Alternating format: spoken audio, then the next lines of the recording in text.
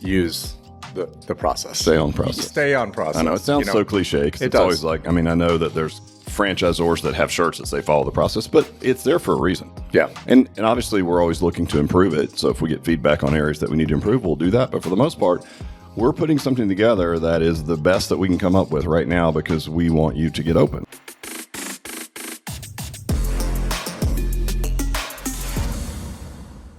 Rami's back. What's up, buddy? How you doing, brother? I'm good, man. How are you? Good. Good to see you. I like that shirt.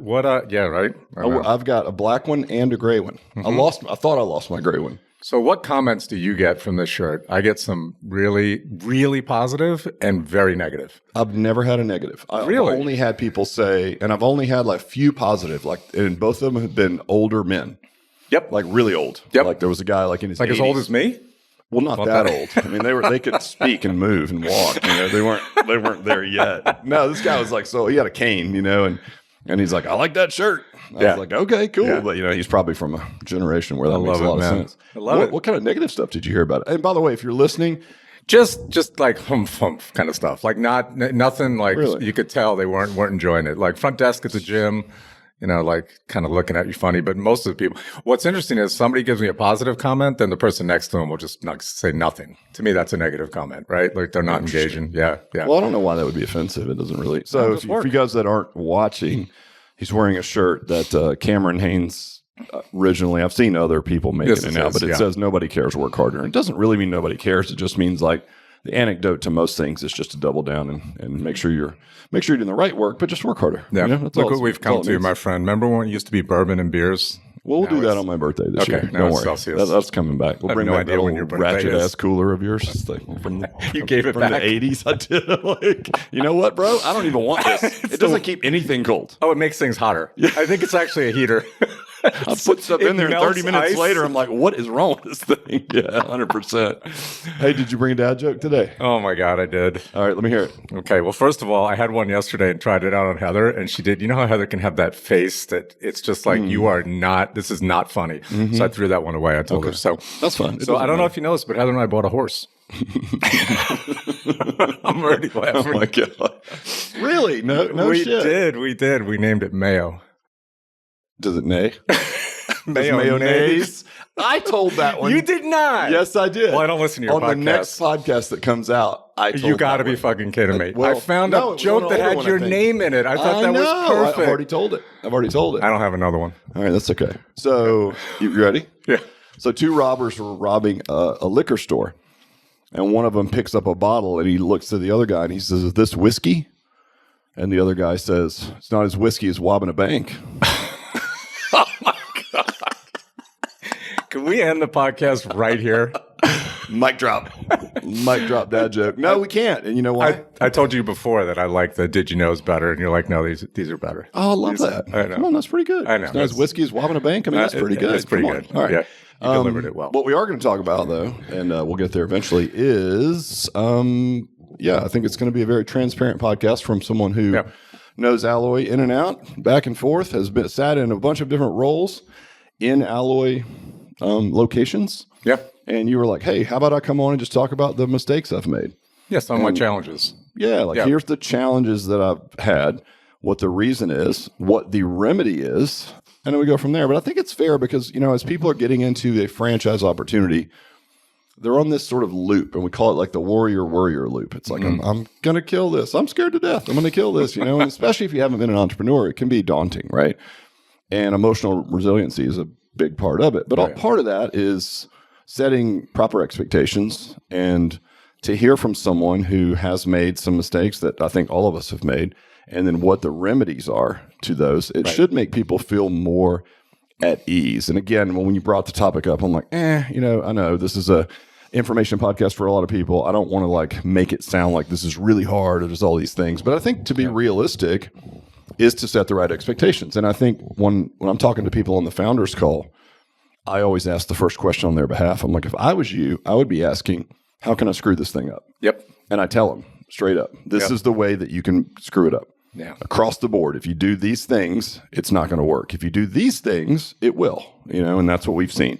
Yeah. And that's always like, okay, what else? I'm like, nope, that's pretty much it. Just these things. Yeah. And I think in hearing your ideas for today, it's going to touch on at least two of them for sure. Yeah. So we're talking about three. Right? Yeah. Okay. Yeah. 3 points. And I think one of the reasons I wanted to bring it up is that, as you know, I do franchise consulting and introduce people to the brand and bring them into the sales process. And it's ubiquitous every single time they ask, well, what can go wrong? Every time. Every single time. It's a really good question. It's a great question. And I don't want to say nothing. It's perfect. You know, this is, you just turn it on. It's like a machine and it works perfectly. And I want to be transparent, but also like you and I said, this is not about making people scared or like introducing fear. This is like everybody's thinking this anyway.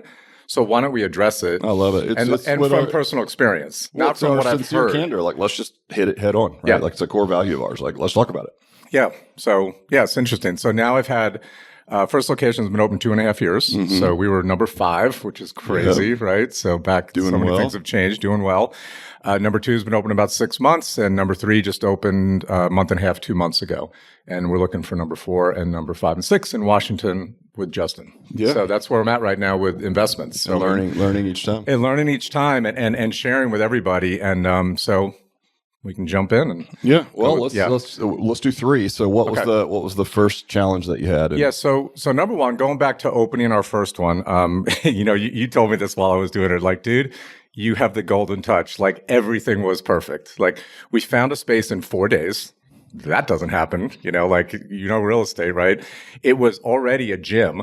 So our build out was like nothing, it already had a bathroom. It already had we had to build an office. That's it. It had the gym. We had to just change logos, you couldn't get a better build out, right? I think we got our permit in 25 days, under 30 days. Build out was ahead of schedule. Pre-sale went gangbusters. I mean, it was just great, right? So I'm like, oh my gosh, I'm going to do 20 of these. This is so easy. Mm-hmm. Right. Which, in a ways it is, because me and the listeners have heard my story is that I ran my own gym and I had plenty more challenges doing a mom and pop type thing. Right. So we go to do the second one. I take on a great partner to do 3 more at this point with him. And we decide, you know what? We're not going to use the Alloy Realtor.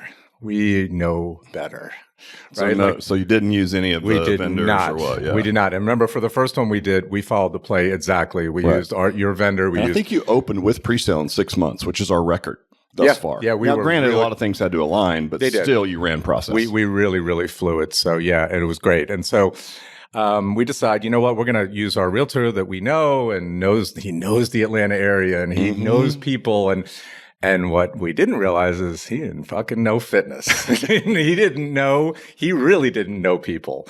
And so long story short, 8 months later in Sandy Springs, which, as you know, has a ton of potential and a lot of open spots.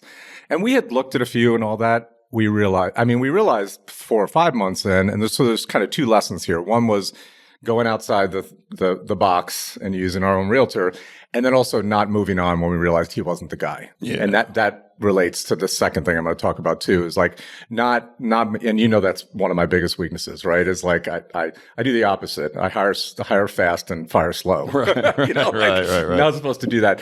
8 months later, we still didn't have a space. Yeah. Let's go back to 4 days for the first one. Yeah. Well, and look, we've had people that did follow process that they were in challenging markets. Yeah. But for the most part, and we've had people that used local realtors that did pretty good, right? I think the main thing is like run the process, especially if you don't have a home run person. They might claim to be, but to your point, if they're not proving out to be able to find viable spots in an area where they're available, you got to pivot faster. Right? Yeah. And just to give you an idea, when we did pivot and we went back and went into the Alloy process, we found a place in 4 weeks. Perfect. So it was already there. That's what's and realtor, commercial realtors, residential, Heather's a residential realtor, will say, well, we all have access to the same database. Yes. And right. Like there's a lot of other things that they know. Like this guy knew landlords. He knew how to talk to people. When is a place coming on the market? Because that's huge. I mean, our space, 1,800 square feet, goes quick. It's super popular. It fits a lot of small businesses, right? So the fact that this guy knew areas, he also just was a completely different personality. Like, I mean, he was me as a realtor. Like, he would just walk in places like, so what's it like? Like, he'd walk into a restaurant. What's it like here? How's your business? How was the build out? What do the people like to work with? And the people like, who are you? Right. But super aggressive in a really good way. and also negotiated really, really well for us. So the overarching lesson there was use the process. Stay on process. Stay on process. I know it sounds so cliche because it's always like, I mean, I know that there's franchisors that have shirts that say follow the process, but it's there for a reason. Yeah. And obviously we're always looking to improve it. So if we get feedback on areas that we need to improve, we'll do that. But for the most part, we're putting something together that is the best that we can come up with right now because we want you to get open. And we've talked about this before. There's a big upfront franchise fee. There's not a lot of meat on the bone for us. Right. And so if we don't get you open in a timely manner and get you to revenue, we don't make any money. So I love the alignment of the business. So it's perfect. It's not like we want to just sell it and we Yeah. collect this franchise fee and we're like, oh, we have all this money. We get very little of that, maybe 20% tops, right? Tops. Yeah. And so just it's probably good for folks to hear. It's like, listen, we are also wanting to get you open quickly, but with integrity.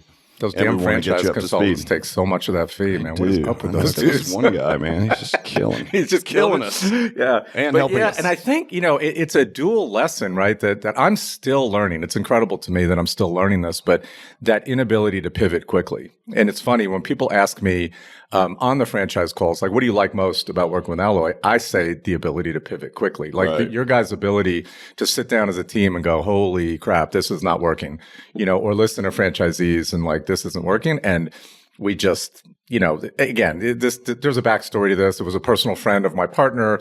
He was going through a tough time in life. All that stuff is real, right? But we need to get open. I mean, think about that. Think about how much quicker location 1 was open and it was cash flow positive day 1.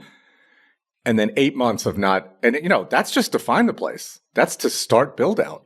You're still, 3 to 4 months out to start your pre-sale for the next one, right? That was 7 months of lost revenue? Mm-hmm. That's a lot. Yeah, when you're looking at return on investment, and especially because you guys, and I think we'll probably get to this too, but I know that you guys had found somebody and jumped the gun on hiring them, and then real estate didn't come through in the same manner that you thought. So you also incurred the cost of having someone hired. 100%. Because there is a process to that as well, where there are tripwires for hard business functions and when you should hire. Mm-hmm. And you guys kind of went out a process there too, hired early. And so you were really digging a hole.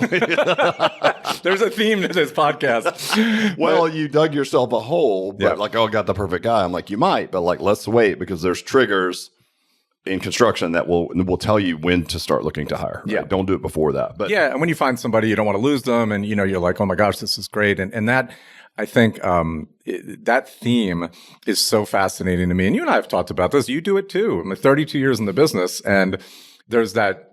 And we've talked about how sometimes fitness people don't do as well because we know so much, right? Yeah, curse of knowledge. The curse of knowledge. And in this case, I'm not throwing anybody under the bus. This is all on us as the investors. And, my partner knows everything about real estate, right? Like I lean on him all the time. He's incredible with that.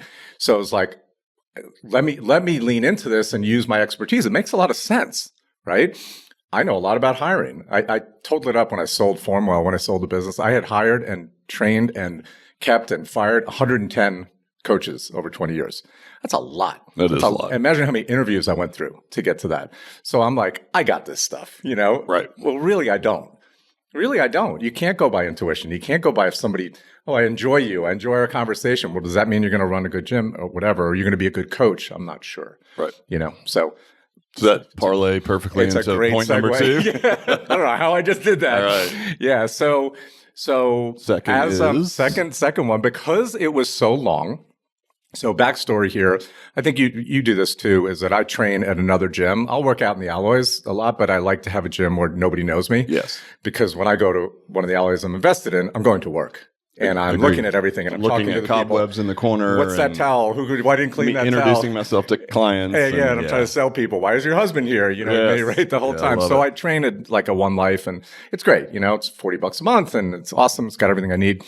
And I'm always watching trainers, and I'm taking pictures and sending them to you. Like, what the fuck is this? Guy's got food in his hand, and he's eating, and he's got his arms crossed, and it's just fun. I try to just give him the benefit of the doubt. It's like, listen, if they're making people show up and they're not getting hurt, great, but there's lots of room for improvement. Yeah, we'll put it that way. You have a really good point. And it is one-on-one training, and I know how hard that is. I can imagine doing 12 one-on-one trainings in a row. You and I did it, right? 12, yeah. So, but I'm always keeping an eye out, and there was just a standout there. This woman she just stood out. She stood out at One Life.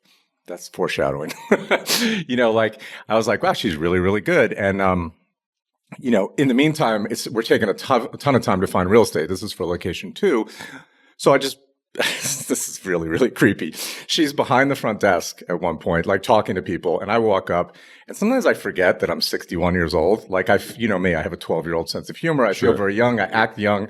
And I look at her and I go, hey, and I do this with my finger for the audience not watching. I'm doing a come hither. Right. And she's this 22-year-old trainer, and she looks at me like, huh? I'm like, okay, that was really, really weird. But anyway, I end up talking to her. I'm like, hey, we're building a gym. You're very, very impressive. Love to interview you for the thing. And she was super excited. Guess what I didn't do with her?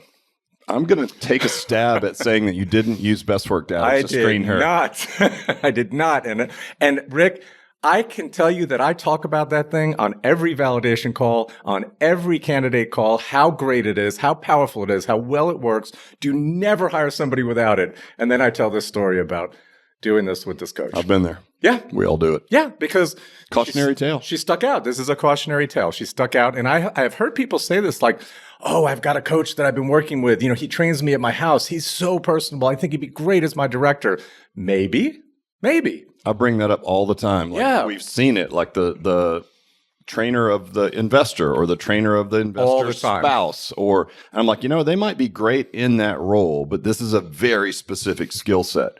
And we have a screen for this specific skill set. So why would you, ignore it at your peril, it basically. Literally says can or cannot sell fitness memberships, can or cannot persuade people in a coaching environment. Right. And so hired her and became our head coach. Now, as you know, the head coach really is the face of the gym. I mean, the director is absolutely the leader, but the head coach is holding down the lion's share of the hours. Up to 30 hours of coaching. So that is your energy, your face. The other coaches look up to them. Like this is a leadership position. It is. There's two main roles. The director who trains 10 to 15 hours a week and runs the business. And then the person that has, again, the most face with clients is the head coach, right? Who trains 30 plus hours a week. Yep. And she took on this role.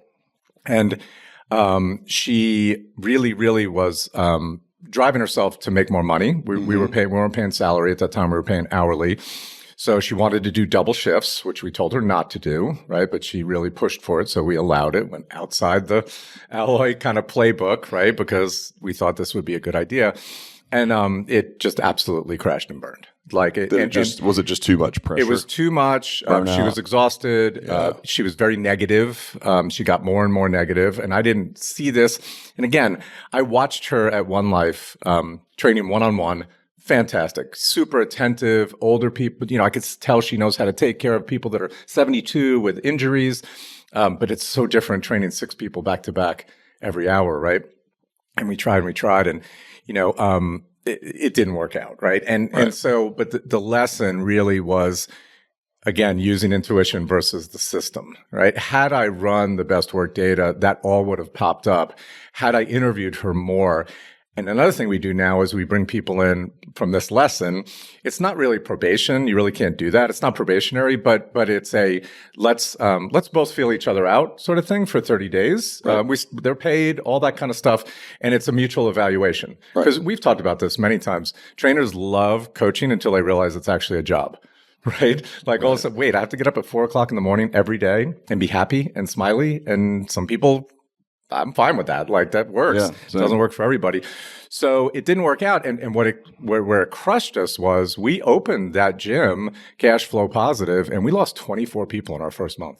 Because of that situation. Most of it. Yeah. Because she was, I can't blame, look, again, this is not to throw people under the bus. Mm-hmm. This is all on me. I get that. As the investor, right? Is that I made this choice. She's still a very good coach and she's really good at social media. Like there's really good skill sets. She was in the wrong seat and that's our fault. Exactly. Right? We put her in the wrong seat. Had she been a part-time coach, like with shifts, she'd still be with us. She's great, really, really good, very knowledgeable and all that.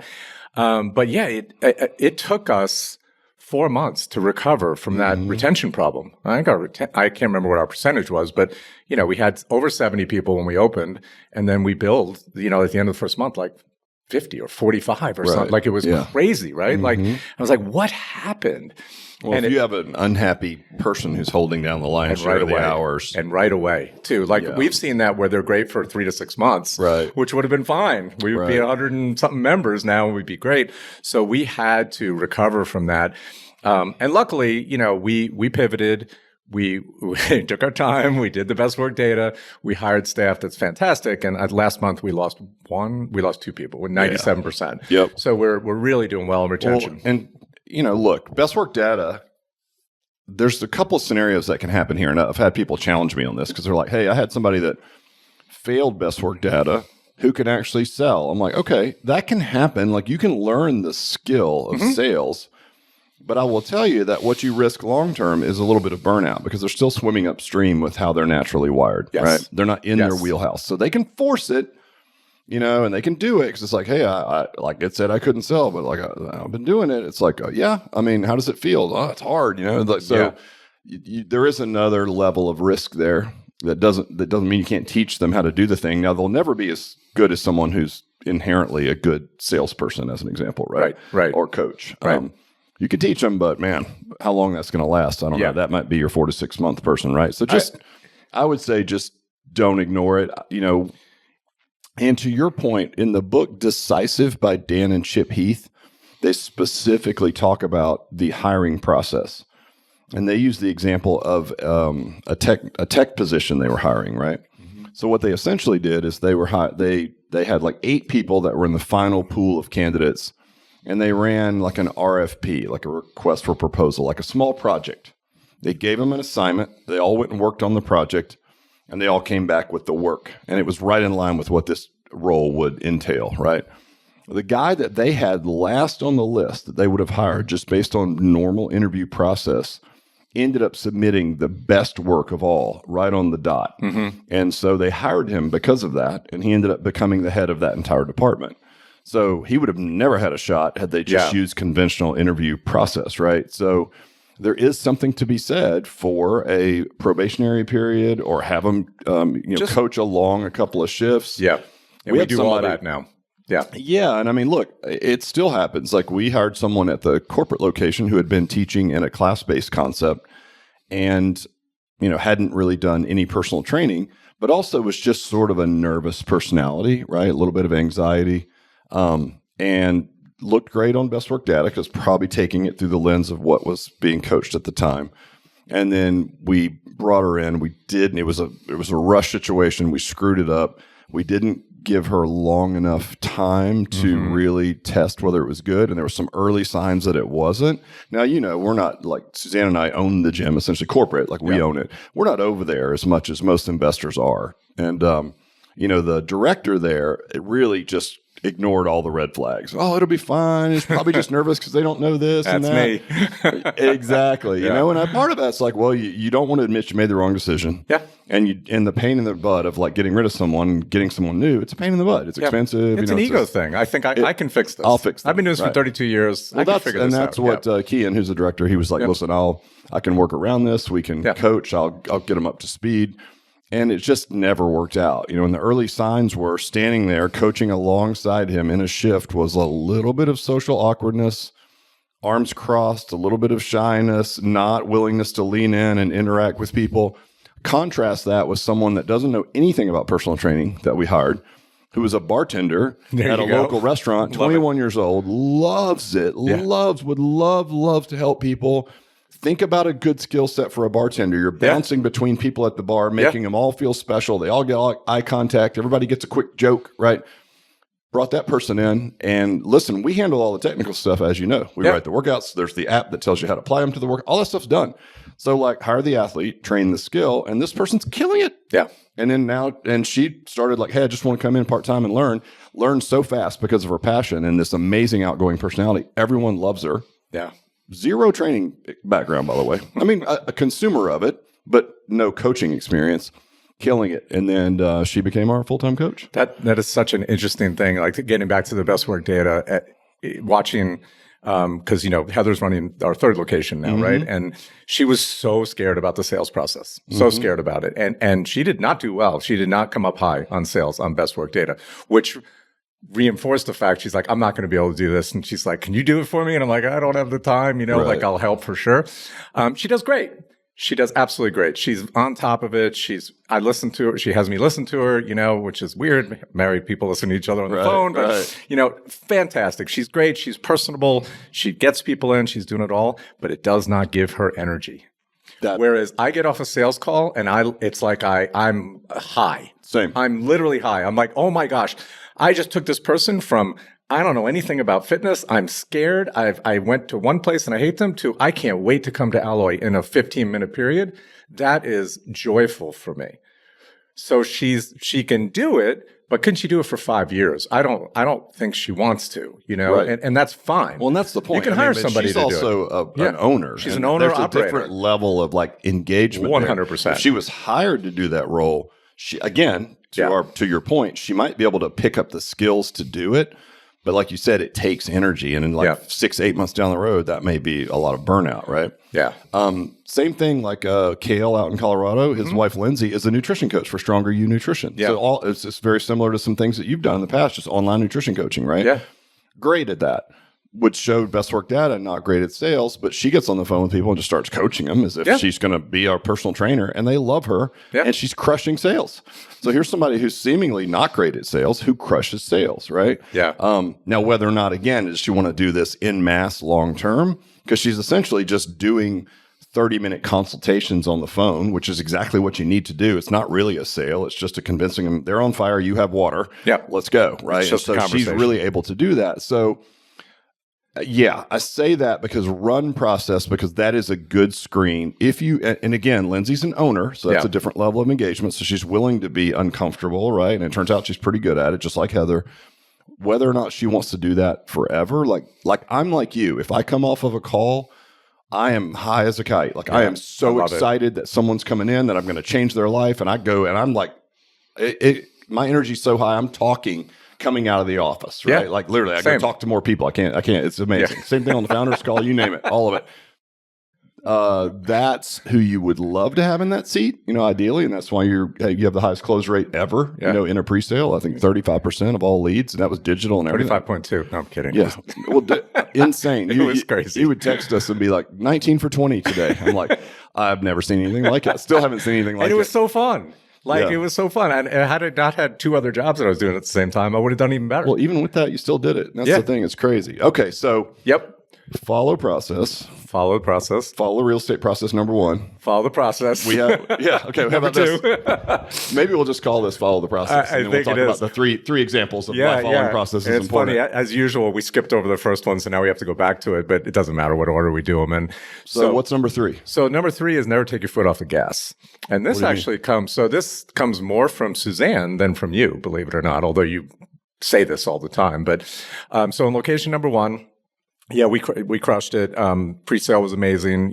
Sold 156 memberships in 12 weeks, which I don't think anybody's broken that yet. I look in the FDD all the time, because I'm not competitive at all. But we opened with I think 108 and then 118 at the end of the first month, which in the beginning, that was really good. I mean, we were all new to everything. And right? I think if most people were building their performance and they were like, okay, so if we opened at 118 being billed at full rate, they would be super happy with that. As you guys were, you took profit distribution in the first month. Month. Yeah, as owners, which was great. So really, really good. Kept pushing because, we want that amazing rock on award, right? Yep. So actually we hit 130 month 3 and and I texted you, I'm like, when do we get the reward? You're like, you have to have it for more than 5 minutes. Because I think we hit like 130. Yeah, you got off of a sales call and texted me about your trophy. I got like, 3. Give me a minute. Yeah. Well, Joy Matthew gave me a cowbell. Do you remember the video I sent you? I was hitting the cowbell. I hit 130. Where's my award? You're like, dude, you just hit it 7 minutes ago. I don't even have the award made, So a little competitive. Anyway, we ended up hitting, I think we hit 130 like steady like month 6. And like mid 30s to high 30s, almost 40,000 in revenue. Great for your first year. Now knowing all the data, especially remember, this is before we had pricing tiers. So we were at 249 and 329, you were at 359. What now would be rural America. You would be at tier 1, which has to be approved by us. Yeah. And this is in Dunwoody, which is a very high end area of Atlanta. So factor that in with the revenue, right? And I remember talking to Suzanne and I'm like, okay, well, this is great. We're 130 and we're here. And she goes, well, don't stop doing what you're doing. Don't take your foot off the gas. And I'm like, what? Like, I thought this was a sprint and then we just cruised. And it is, by the way. It's very different, like from a marketing spend for me to sign up 3 to 5 people a month to grow is nothing. Right. That's literally, we talked about, you can do a whisper in the gym and just say, hey, we've got 3 openings and get 3 referrals and not spend anything on marketing. Right. It's a different type, but we stopped doing what we were doing. We didn't stop everything, of course. So retention was great. All that was still pouring into people. Joy does a great job pouring in and really doing community service and all that. But that sense of urgency that we had for that 12 to 16 weeks basically stopped. And guess what? We've been stuck kind of around those numbers for a year. Now, it's not bad. It's a profitable business. It's got 125, 130 members. It's doing great. Right. But it could be. Well, we do have people that 150. They're closer to 150 and maybe 50,000 in revenue. And then you're talking really good ROI, really good profit levels, right? And helping more people and having, there's so much more to that. And that is such a great lesson. It is with everything, right? Like the other part of what I do is consulting, and I'm always looking 3 to 4 months ahead.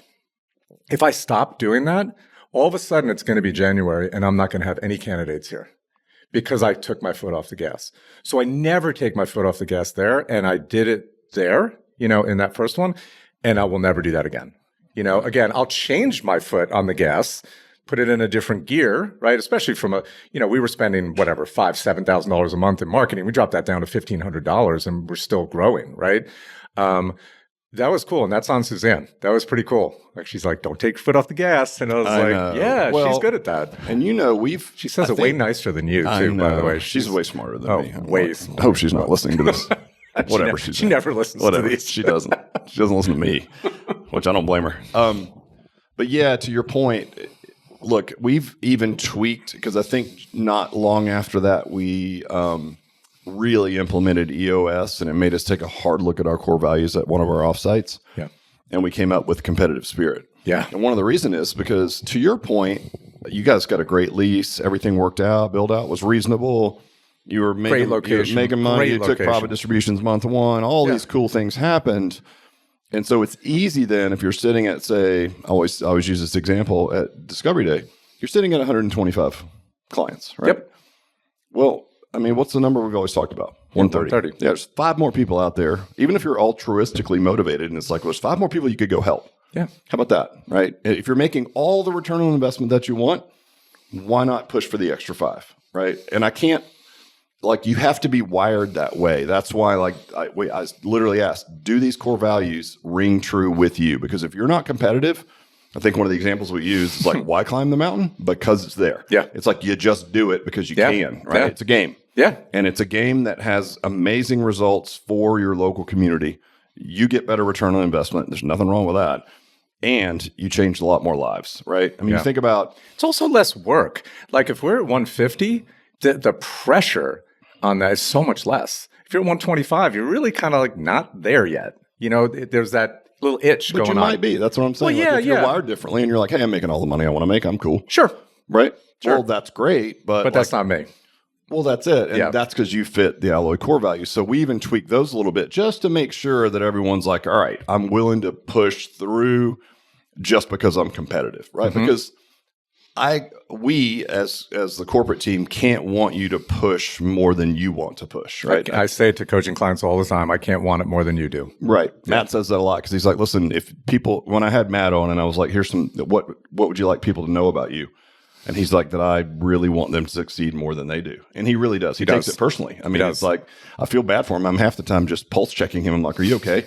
Because he takes everything so personally. And there's good things about that. And it's also like, okay, some coaching moments. It's like, listen, dude. Hard to sleep at night. Yeah, he does. He's like, I'll wake up at 3 o'clock. And I'm like, if we tweak this and then we pull this over and we implement this software, I'm like, bro, chill. We're going to get there. Like, we're moving, right? Everything's good. Everything, like, AUVs are creeping up. Sales are good. Like, wait a minute. good. Did we just say that you told someone to chill? That's great. Can you imagine? That's some irony right there. Can you imagine? Yeah. I know. Like, if I'm freaking out, it's like me saying to somebody, you talk too much. Will you stop talking? You should listen more. Try to listen. Stop talking about yourself. Fair enough. Fair enough. Oh my God. Matt, quit being. Well, I may be doing it if I'm honest because it stresses me out when he's like, wait, so I'm like, hey, you need to calm down because if he's stressing out, it makes me. Yeah, exactly. It makes me stressed out. I've never seen Matt stressed. That's interesting. Well, He hides it really That's what well. I'm saying. Like he's so chill. He's got a great affect because there can be chaos going on around him. And he's going to, Jared's same way. They're going to show up very calm demeanor. They're going to listen. They're going to provide solutions. I love it. They're thinking long term, like they're not caught up in it, but there is that side of it, you know, that like if I personally talk to Matt, he's like, oh, there's a lot. It's a lot going. I mean, he's got a big responsibility with, another 250 gyms coming online here. We'll be at 100 by the year's end, and he's scaling his team. And I mean, there's just a lot going on. Yeah, and he's got to hire like we do, and he's got to get a support staff that is just like running an alloy and all that. So exactly. Well, getting back to the competitive part, like one of the things I love that we're doing now is these owners meetings where we can see everybody's numbers. I like it too. I absolutely love it, and not because it's a gotcha type of thing or I'm beating you here or whatever. A little bit of that, whatever. Or for me, it's like my second location has sputtered a little bit, so it's like, okay, good. It's good to know. It's validating to know, like, there's a guy down the street 3 miles from here that's at 130 members and 45,000 in revenue. So we're pulling from the exact same people. We're 3 miles apart. So we know we got to work on something, right? It's so good. It motivates us so much. And, it's interesting. So, we both know Karen. She's the one that like gave us the idea, right? Yeah. She's like, I was just talking about, she's like, hey, I have this great format for group calls. And I looked at it, I'm like, that's amazing. And it allowed us, I mean, it's a community builder. So it's good for franchisees.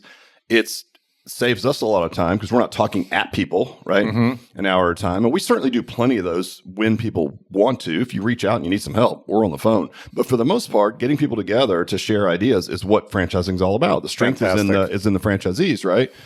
And when I asked her about it, I'm like, hey, what are you seeing here? She's like, all right, so you're going to have people that the low end performers, they're either going to be really motivated or they're not going to want to show up to the calls. Right. Because there's, and I don't want to shame people, right? Yep. But again, if you're in line with core values and you have competitive spirit, that shouldn't make you feel bad. It should make you look at it and think, okay, and then listen, and who's doing really well and what are they doing? And of course, by the way, it's always like, hey, I reached out to my leads every day. It's like, yeah, what else? It's like, no, just that. That's it. That's all I did. And then what else do you wish you had done early on? I wished I'd worked with my team more often. That's Trent from our number one guy up near Detroit, right? So I love that format. And to your point, it drives you because you fit those core values, right? And then, of course, people at the top, it's like they get to shine a little bit, right? And they get to be, and I think the strength, and one of the, I would say, responsibilities of being in a franchise system is giving back to the system.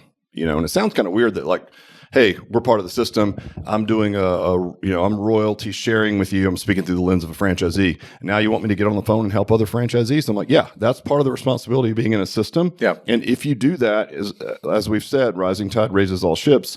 As the brand gets better, everything gets better. It helps everyone, right? Yeah, and I tell this to all the people, like you just had Jake on, and he's going to be, very, very early in California and the San Diego area. And I said, in the beginning, you're going to feel really lean on the other franchisees, but eventually it's going to be like Atlanta, where like we're talking all the time. We're literally like, hey, there's like Heather was telling me last night, there's a jingle jog, that they want us to be a sponsor. Typically, those things are not worth the ROI, because they're so expensive and you get a 10 and you get 2 leads, right? But if there's 10 of us doing it, and we're all sharing a 10 and it's $300 each. So it's a $3,000 value. We're on the t-shirt. All of a sudden, that's totally worth doing. Right. That economy of scale. You get all the clients to come out. So there's lots of alloy running around. Yeah. And that's so different. I mean, you and I were solo, how do you say it? Solopreneurs, solopreneurs. And, we had each other and we had like perform better. And that was it, right? Like we had no one to lean on. To have that is so great. And I tell that to everybody. They say, what can I do? What can go wrong? And then what can I do to really succeed? And I'm like, lean on the team, lean on the people. And, we've created this group for all the Go Abundance guys that have joined. And they are like, they're hiring VAs and they're like, and we've got message boards, and one of our franchisees just created a Slack channel. And it's like, I love it, man. I love it. I really do. That's where the strength is. And also that's where we learn as well. If there's collectively something that we need to improve on, we can look at that and we can improve it. And then also like, hey, if we want to message something, or if a really good franchisee is, to your point, just running process and killing it, it's really nice for the other. It's sort of like you telling your, and don't mean this in a derogatory way, but like you telling your children something Yep. Because you're trying to like put guardrails around your kid's life so they don't drive off a cliff, right? Well, we're trying to do the same thing for franchising. We really want you to succeed, I promise. And so it's a little bit of that type of relationship where like you tell your kid something and it just goes in one ear and out the other. And then your neighbor tells your kid the same thing and your babysitter and they're like, Dad, guess what? And you're thinking, seriously? I told you that 55 times. I don't care. So if we can cultivate a culture where other successful franchisees are essentially saying, maybe in different words, the same thing that we're saying, like basically stay on process, same thing you said today, then great. I don't care who they listen to. As long as we get on process and we're all growing and helping more people, that's what it's all about. Yeah, and it's so good for what I've seen across the board. A couple things I love the way Matt does. First of all, it's blind, so you don't know who's going to be on there. I like that a lot. So he changed that. I love Instead that of having idea. the same groups, it's like, here's the times, book a time, and that way you get exposed to different. And I pick a different time every time because I want to meet other owners and all that. And every single one I've been on has been so supportive. Nobody is, and there's some people that are doing fantastic. There's some people that are in the middle and some people that are just brand new and some that are sputtered a little bit, like one of our locations. And it's really interesting to hear yourself say the things like me, but I wasn't implementing them. Like I literally know how to say. Knowing it and doing it are different. Oh, I literally bring candidates in. I know how to talk the talk, but then applying it. And again, getting back to the personality thing, my personality is to always be helping people. And sometimes I forget that, like with that coach that didn't work out, moving her into another role or getting rid of her would have helped her. Yeah. That's hard for me. That's being friends with you has really helped me with that. It's like, remember, you're literally helping this person move forward, maybe by firing them. Right. Because they're not in the right seat and they're uncomfortable as can be. And so, I did that. I was completely burned out being a gym owner and I had the opportunity to sell it. And my life is completely different over the last 5 years because I moved into, what did you say? Like I was a 10 and a 2 opportunity. Yeah. You were like a level 10 skill set and a level 2 opportunity vehicle. There you go. Yeah. And then now you're in a better opportunity vehicle. You're probably less stressed even because you're right in your wheelhouse. Working 3 times as much. Making and 4 times as much. 4 times as much and a third stress. Yeah. Sleep like beautifully. Amazing. Don't stress out. It's really cool. So getting back to this, I knew this might come across as self-serving because I am, I've drank the LA Kool-Aid. I'm definitely the LA's biggest, fan kind of thing. But I think it's good to be transparent and not just from this is what I see happening out there. This is me. Like I'm an investor in 6 locations and I'm doing all this, right? And when I see the processes, they work. They really, really work. And here's the thing too, getting back to pivoting, when they don't work, you guys change them. Right. That's cool. So remember, if it's a system-wide thing. Remember when we gave 30% off the first 3 months? Yep. And it was great. And I was selling them like gangbusters. And guess what? Those people trained for 3 months. Exactly. They saw it as a 90-day program. We had such a drop-off at 3 months. And you remember I was here doing sales calls. When we switched to the half off, I did like 10 calls. And you go, well, how was it? I'm like, easier or the same. Yeah. It doesn't matter. We're always testing like new hooks and we're compiling data because it's one thing to have done it, but to have a franchisee system do it because there's like a layer there that you have to account for, right? Yeah. So what's the simplest hook we can put into market that still allows franchisees to get to profitability as fast as possible, but also mitigates client churn after and I'm air quoting founders rate is up. And it's like this, we'll try this, we'll try that. Yeah. And we talk to different franchisees we think are well suited to try different things. So I think it'll always be evolving based on best practices and really based on what we're seeing in market. The great news is all markets seem to be very similar because our customer avatar is nailed. So whether we're in New Jersey or California or Florida, it's like, hey, man, this is the same customer avatar. And I've had people say, well, is it going to work in this market? I'm like, it's the same customer. Yeah. They're just living in LA instead of Atlanta, but it's the same exact customer. We were talking to Nate Linen, the GoBro, who's in Iowa, Des Moines, Iowa. Guess what his rent is? What? $2,300 a month. We go, you could charge $99 a month and be cash flow positive. Right. He's like, fuck you guys. And he goes, I have everything you all have, but no crime. Like, that's literally what he says. Like, he's like, you don't understand. This is high end. You know what he doesn't have? Hills. He has no hills. It's flat as a pancake. He's a dentist. That's why he wants to get into alloy. So, Right. no shame on the dentists out there. No, But you need $2,300 a month. But isn't that beautiful? So he literally can be at the lowest price tier and making money. Well, that's it. And, we've got folks that But it's are the going same into, avatar. That was what I was getting at. We've got folks going to La Jolla. It's like, all right, you're going to be at tier 5 and your comp is going to have to be higher. But it doesn't matter because it's offset by higher rates. Yeah. So percentage of margin should theoretically be the same, right? Yes. And so that's why we have 5 tiers. We'll run comps in the market. We'll suggest a pricing tier and go with that. It makes total sense. You're not going to charge the same in Manhattan that you do in Des Moines, Iowa. Nate, don't Even listen though to this. you have everything, Nate, if you're listening, you have everything that Manhattan has. Except the crime. Everything. Everything. Yeah, it's exactly the same as Manhattan. 3-story buildings or hills. Nate, he's going to be like, I'm going to murder you guys. He's going to kill me. He's like, he texts me. He goes, where do you guys think I live? Like, do you think I'm in a We don't know. podunk? Yeah, we don't know. I don't know. You live in a tent somewhere, dude. Like, What are you in a shack? $2,300 Are you in a log a month? cabin? No, those guys are going to do great. How's the Dust Bowl out there? Yeah. You can still get that in the summer. So I saw a documentary on that from the Great Depression times. So overarching theme. I know you were hesitant about doing this, and I appreciate that about you. Well, so I I'm just glad don't want I'm to. I glad we don't want did to it. give people a lens on troubles that aren't there. I think the overreaching message is what? From you? What would you want people to hear? Follow the play. Okay. I mean, it's as simple as that, right? Like literally, again, I'm thinking back. There's been little mistakes here and there, and we fixed all those. But I'm talking about the big ones that have really had us sputter. Every single time we went outside the play, we decided we knew better. Right. And again, that doesn't mean you're a robot. I think that's another thing. Don't take away from this. Like coaches will say that when I'm hiring a head coach. Well, what about my personality? I'm like, your personality's got to be great. That's really the biggest thing, right? You're not a robot. And by the way, Mary's going to come in with a hurt back, and Joe hurt his shoulder over the weekend. Over the weekend, they can't bend their toe right now. It's like, okay, well, that's not on. No, they take 3 months off when they stub their toe. You know that's not on the tile, right? So that's not something that even needs to be pinned as a long-term injury. But like, you're going to have to think on your feet. So there's plenty of room to get your trainer on. Right. So follow the play, but that does not mean that you are just like locked into this. It's a framework. It's a framework, and within that, you've got a coach. Yeah. No, it's such a cool lesson for me being in the business for 32 years and coming up on 33 and, being kind of restarting things that the play is set, like you guys have, that's what Jake was saying, the reason he invested, he's a savvy investor is that you guys have really, we have really, stress tested it and run it through. And like you said, it's always going to be changing. Yep. It's ever evolving, but not at the expense of the brand. Well, listen, I appreciate your humility because you're a really sharp guy. You've got your ownership piece in 6 different locations. Obviously, you're a consultant for Alloy, so you're all in on Alloy. So to sit here and say, like, here's how I screwed it up. Yeah. I mean, that says a lot about you. I really do appreciate it. Thanks. And it's also how I coach. Like my nutritional and transformation coaching is trust me, trust your coach, and trust the process. And I will not fail you.